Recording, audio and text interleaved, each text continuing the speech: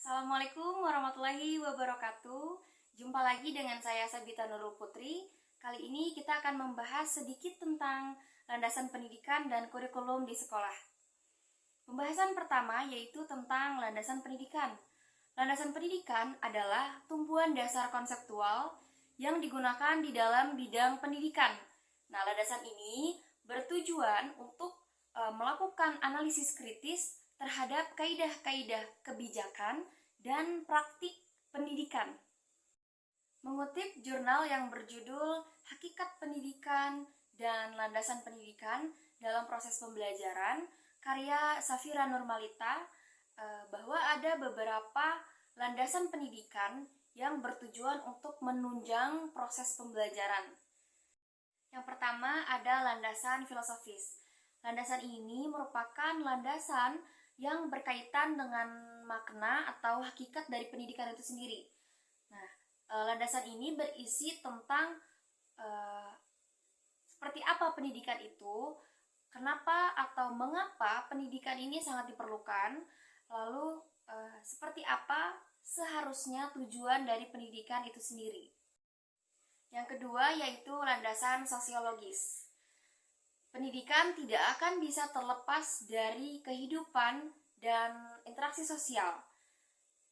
Pendidikan tidak dapat terlepas dari upaya dan proses saling mempengaruhi antar individu yang terlibat di dalamnya.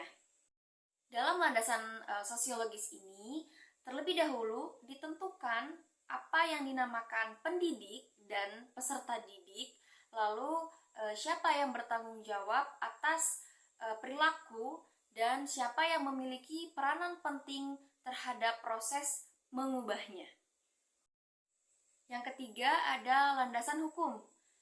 Pendidikan selalu bersangkutan dengan berbagai aspek kehidupan manusia.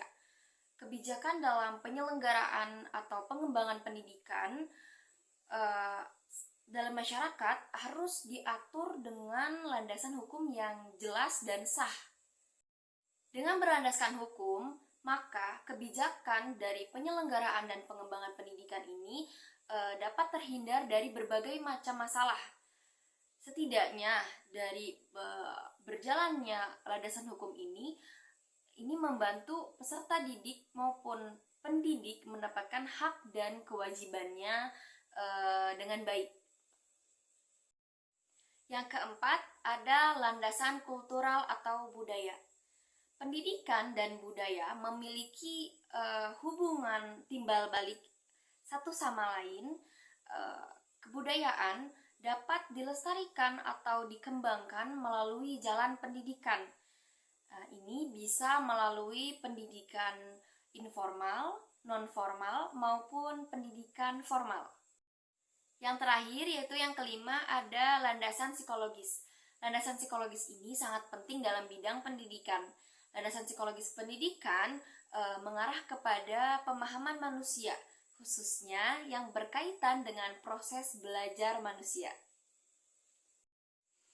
Pemahaman terhadap peserta didik adalah salah satu kunci keberhasilan dalam pendidikan. Nah, oleh karena itu, landasan psikologis ini sangat diperlukan dalam memahami penerapan, pengetahuan, ciri-ciri pertumbuhan, serta konsep tentang cara yang paling tepat untuk pengembangan kepribadian. Kita masuk ke pembahasan yang kedua yaitu tentang kurikulum. Jadi secara singkat, kurikulum adalah seperangkat rencana atau pengaturan mengenai tujuan, isi, serta cara yang digunakan sebagai pedoman dalam penyelenggaraan pembelajaran untuk mencapai tujuan dari pendidikan itu sendiri. Jadi, tujuan dari kurikulum ini secara singkat yaitu sebagai alat atau bahasa yang biasa digunakan dalam pendidikan itu sarana ya. Kurikulum ini adalah sarana untuk mencapai tujuan dari pendidikan itu sendiri. Sebagai alat pendidikan, kurikulum ini memiliki bagian-bagian yang penting untuk mendukung operasinya berjalan dengan baik. Nah, bagian-bagian penting ini disebut komponen kurikulum. Nah, komponen-komponen dari kurikulum ini terdiri dari 6 komponen. Komponen yang pertama itu ada komponen tujuan. Nah, berhasil atau tidaknya program pengajaran di sekolah itu dapat diukur dari seberapa jauh dan seberapa banyak pencapaian dari tujuan-tujuan tersebut. Kemudian komponen yang kedua yaitu adalah komponen isi atau materi. Nah, isi program kurikulum ini segala sesuatu yang diberikan kepada peserta didik dalam proses belajar mengajar untuk mencapai tujuan. Isi kurikulum meliputi jenis-jenis bidang studi yang diajarkan, kemudian isi program tiap-tiap bidang studi tersebut, dan bidang studi tersebut disesuaikan jenjangnya, jalurnya, sesuai dengan pendidikan yang ada. Yang ketiga ada komponen media. Nah, media ini merupakan perantara untuk menjabarkan kurikulum agar lebih mudah dipahami oleh peserta didik. Nah, jika media ini digunakan dengan tepat, langsung kepada pokok pembahasan, nah ini akan mempermudah peserta didik untuk menanggapi maupun memahami pembahasan yang diberikan. Nah, yang keempat ada komponen strategi pembelajaran. Strategi ini merujuk kepada pendekatan dan metode serta peralatan mengajar yang digunakan dalam pengajaran. Pembicaraan strategi pengajaran tergambar dari cara yang ditempuh dalam melaksanakan pengajaran, melakukan penilaian, kemudian juga melaksanakan bimbingan, dan mengatur kegiatan. Yang kelima ada komponen proses belajar mengajar. Nah, proses belajar mengajar ini sangat penting dalam proses pembelajaran atau sistem pembelajaran, karena diharapkan setelah terjadinya proses belajar mengajar ini akan ada perubahan tingkah laku dari peserta didik. Nah, keberhasilan dari proses belajar mengajar ini akan menjadi indikator untuk keberhasilan dari pelaksanaan kurikulum itu sendiri. Nah, yang terakhir yaitu yang keenam ada komponen evaluasi. Jadi, evaluasi kurikulum ini dimaksudkan untuk memeriksa tingkatan ketercapaian tujuan-tujuan pendidikan yang ingin diwujudkan melalui kurikulum itu sendiri.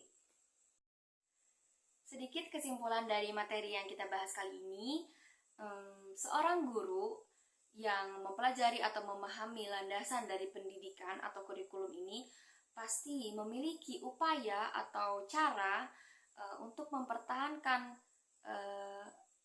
keberhasilan dari proses belajar mengajar yang ia lakukan. Nah, dengan begitu guru ini akan memahami apa tujuan ia mendidik, kemudian bagaimana siswanya bisa terlibat atau melakukan aktivitas pembelajaran yang aktif, kemudian bagaimana hasil belajar siswa itu bisa meningkatkan tingkah laku dari peserta didik itu sendiri. Kurang lebihnya mohon maaf, semoga ilmunya bermanfaat. Wassalamualaikum warahmatullahi wabarakatuh.